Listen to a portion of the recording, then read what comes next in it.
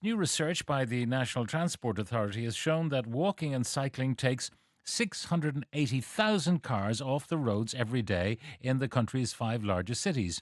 In all the metropolitan areas of the state, more than half the adults walk 5 or more days a week, while at least 15% cycle once a week. I'm joined on the line now by Ciarán Cuffe, Dublin's Green MEP. Ciarán, good morning. Good morning, Pat. This sounds like a very good news story, except I'm perplexed, and I'll tell you why. If 700,000 cars or thereabouts have been taken off the roads, why is the traffic so bad? Because we've seen a huge economic growth in the last few years, Pat. There's more people working than ever before. There's a huge amount of people studying as well. So there's more people moving and there's more people in the country. So I think if we hadn't invested in the walking and cycling infrastructure, the whole place would be a traffic jam.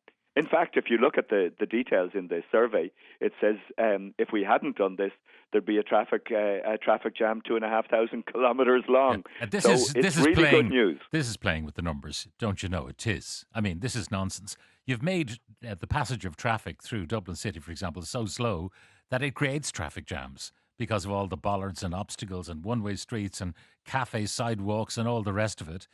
That contributes to traffic jams. So Well, I this is a respectfully spin. disagree, This is Pat, a because spin on the truth. if you look if you look at who's coming into Dublin city centre, 80% of those who travel to Dublin city centre are not travelling by car. 40% are coming by bus, for instance. And a bus can hold almost 100 people and typically does during rush hour. And for far too long, we gave too much of the road space. We allocated too much road space to cars, which typically have maybe one on a good day, maybe two people in them. So really it's about the equitable allocation of road space. And the other important thing is to give cyclists their fair share of space. And one of the biggest disincentives to hopping on the bike is fear of personal safety. And I think the rollout of what we call these segregated cycle lanes around the city is it's a godsend. It's a transformative act that is making cycling safer in Dublin. But look, I think there's a whole range of different factors that are helping. The segregated bike lanes help. The 30-kilometre speed limits help. And even the opening of the Port Tunnel, whenever it was, 20 years ago, by taking these very large trucks, or a lot of these very large trucks off the road, that is helping as well. And it's improving air quality too. And one of the things that isn't highlighted as much as I think it could be in this survey is that better air quality is a huge bonus for us all. Poor air quality kills about 300,000 people every year in Europe. So if we get more people walking and cycling, the improvement in air quality is a real transformation too. Now, this calculation, I'm not sure if you're really across it, but they say 680,000 cars are taken off the road daily. So these presumably are cars that do exist, but are just not driven on those days. I think the question that they asked people, Pat, who cycled was, do you have a car available to you? In other words, could you have made this trip by car? And that's where you get that figure. I think the headline in the Independent says 680,000. Looking at the survey, I get a figure for Dublin for 530,000 daily walking and cycling trips by people who could have used a car. So I think it is a real change. It is a real choice that people are making every day. To try to get down into the figures, 530,000, say, in the Dublin area, profess to taking some sort of a trip by walking or cycling every day. Is that the commute? Because, I mean, I walk the dog every day, 7 days a week. Would that be counted? Would that be counted as, would I be counted in those numbers then as someone who walks every day when in fact I don't actually walk to work because it's too far? That's a good question, Pat, and I don't know the answer. That's why I'm worried. I'm always interested in the way numbers are spun, whether it's by a political party or by the NTA no, absolutely. or by anybody else. I would say that I think the National Transport Authority has a good reputation, as does Sustrans, which is a UK-based organisation which has done a huge amount of pioneering work on cycling. and walking around Europe. So I think their reputation is a strong one. And look, I hear what you're saying, that maybe the figures are being spun, but I don't think they are that significantly. And what I find reassuring from my view, where I am working in the European Parliament, is that almost all the major cities around Europe are putting big investment into walking and cycling. Now, here's another figure. The Copenhagen's. You'll pardon me being somewhat sceptical. The Galway Metropolitan Area Walking and Cycling Index revealed that 60% of the residents of Galway, walk or wheel at least 5 days a week, while 20% cycle at least once a week. Now, if that was the case, Galway, the traffic would be smooth as silk. It would flow through unimpeded. If I love it. 60% of the residents... That's not the Galway I know. That's not the Galway exactly. I know. So 60% of the people of Galway are cycling or walking or wheeling, could be on a scooter, 5 days a week. And yet the traffic is chronic. Now, explain to me how this is so... Like, that means hordes of people on the pavement looking at the people stuck in their cars. That's not my experience of early morning or mid-afternoon to late evening. If you walk out on the prom in Salthill in Galway, you will see hordes of people.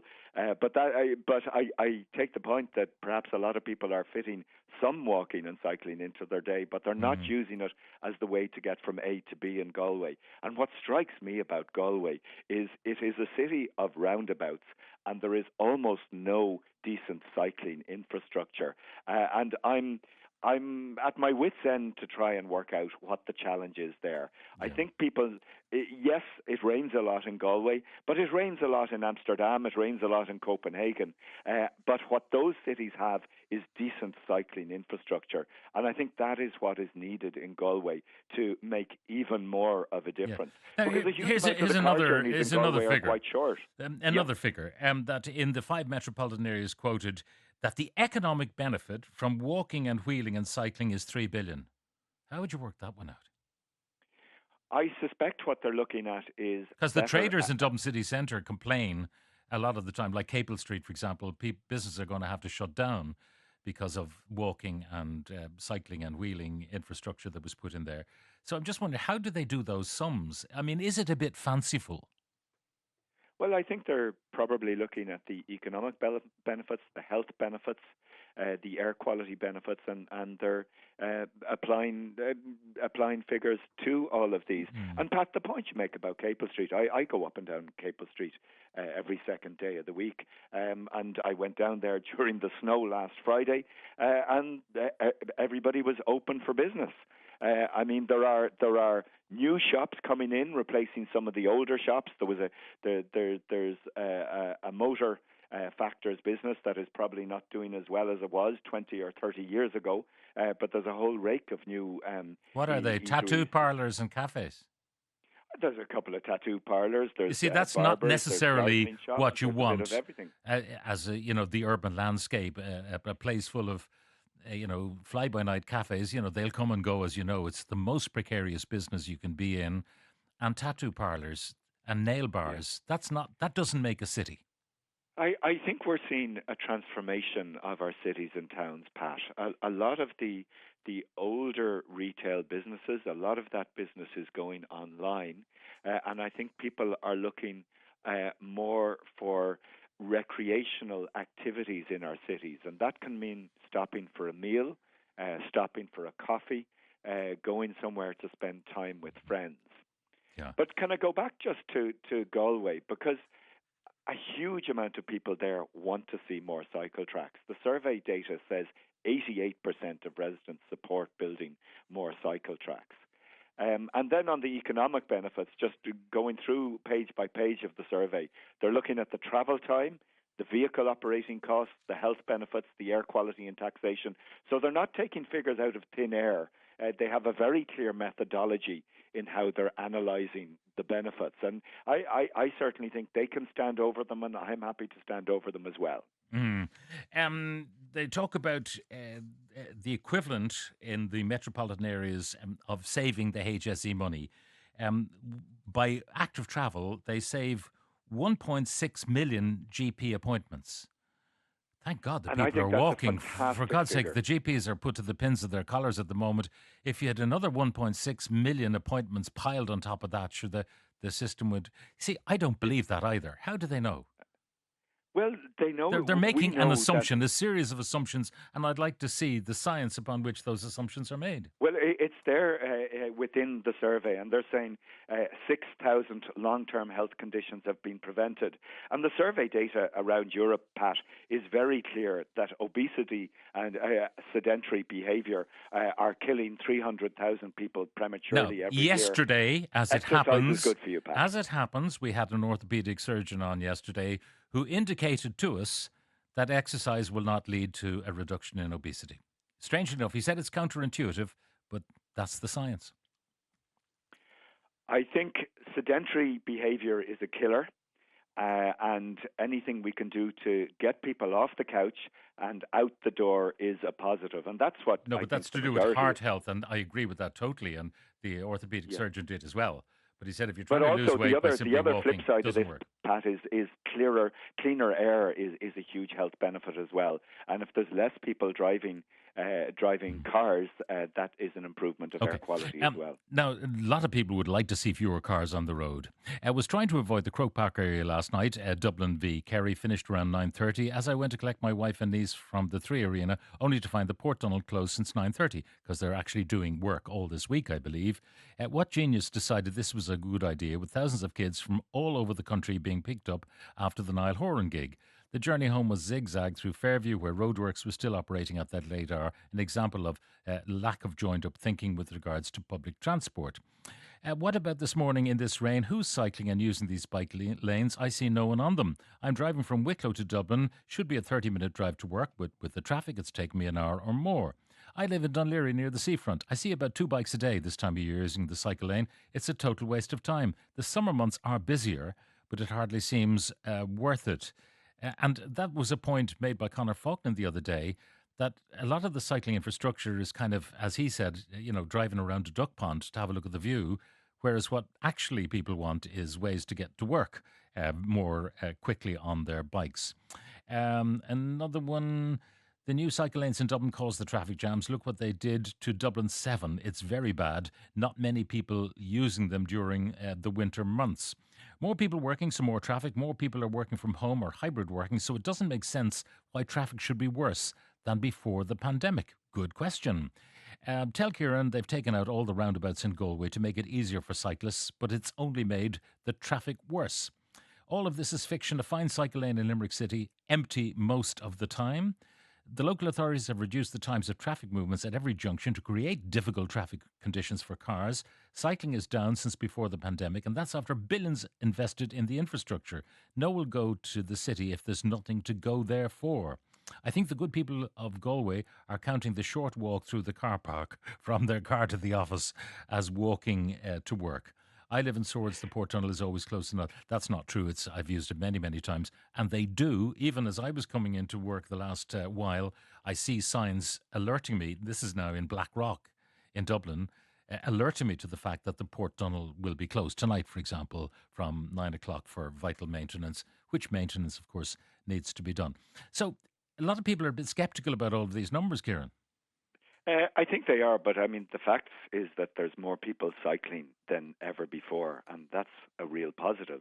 And I think the headline commitment that we made on entering government, that we would spend €1 million a day on walking and cycling, is bearing fruit.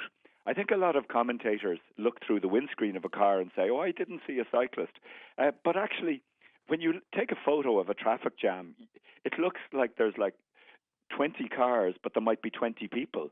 And a bus might have 40 people on it. And if cyclists are whizzing through a few every minute, the actual cycle numbers can be quite high. Yeah. But Now, I want to go back to a couple of things that you sure. said, Pat. Two things. You talked about nighttime works in Fairview. It's brilliant that we're doing road works at times when there's not as much traffic around. And I think years ago, people would kind of down tools totally at 5 agree. o'clock and Totally that was agree. it. Yeah. And the second thing, a lot of people have criticised the Clontarf to city centre cycle works as taking a long time, but they're actually doing water main replacement at the same time. So years ago, we used to be critical of a road being dug up, being put back, and then being dug up again a year later.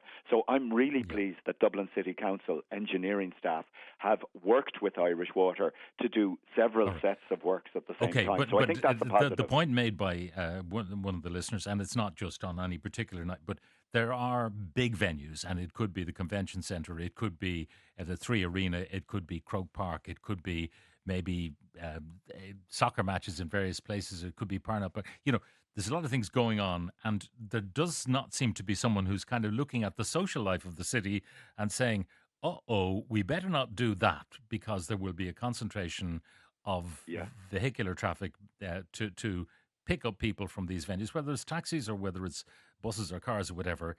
No one ever seems to do that. Or, the joined up thinking, key arteries.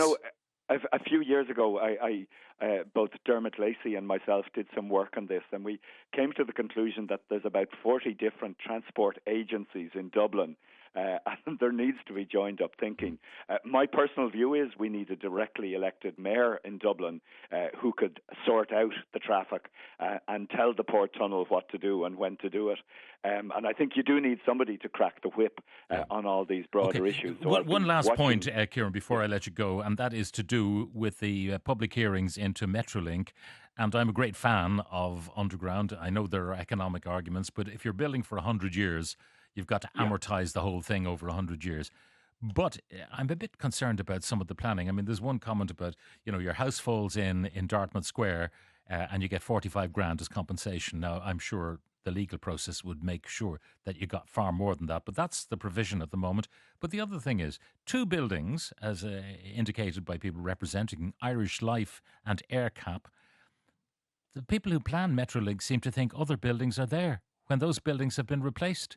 Now, that to me is worrying because that's the kind of rigour you'd expect at this point in a public hearing, and they don't seem to know. Yeah, you would, and there's a lot of people who are well paid to represent the scheme and represent the data that's out there. Now, if it's the AirCap building on Stephen's Green, I think that was built fairly recently. So it was, you see, and what they have is the detail of the original building, which didn't have a basement, and now the new building has two-story basement below, so that makes it closer to the actual metro tunnel. And the Irish Life building has been replaced by something called Cadenza. I was reading this yesterday. I'm only talking to you from memory now. But the building they think is there is not there. It's a new building.